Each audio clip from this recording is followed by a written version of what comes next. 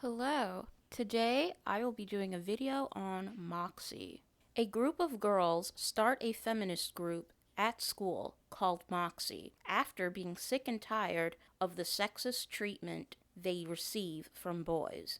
The black girl is the only reason I watched this. In the trailer, they show her being sexually harassed by a white male student, and that's something I don't see too often. White media highlighting and acknowledging black girls being sexually assaulted by white men. Also, I kinda sorta am interested in Amy Poehler, so I was really looking forward to this.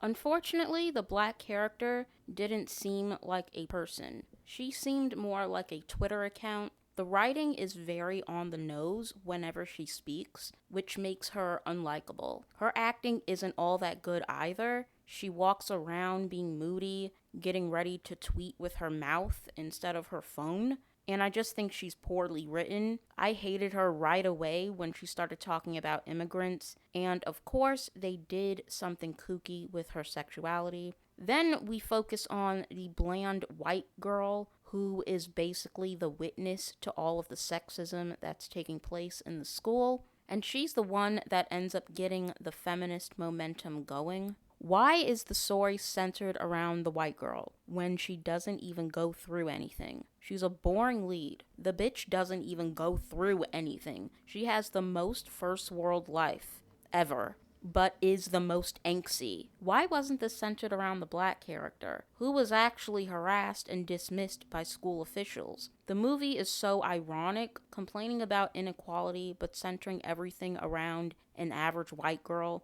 because they think more whites will watch this and relate to the movie if the lead is white. Typical white feminism. It was so in your face, I thought it would call itself out on doing it. They unapologetically made the black characters, the sidekicks, and the white lead benefiting off the movement because of their struggles. Because the white lead doesn't have any struggles. There's a dinner scene that is so ridiculous, I almost thought it was meant to be a parody. A perfect example of a white person getting offended for everyone else, but then making an ass out of themselves in the process. She's very whiny and privileged, and then the movie had the nerve to crowbar her dad not coming around anymore to make it seem like she had real problems. Other girls in this movie are getting their drinks spat in, are raped, are sexualized because of their body type, but the movie is focused on some dumb white broad who has everything going for her. It's really pathetic.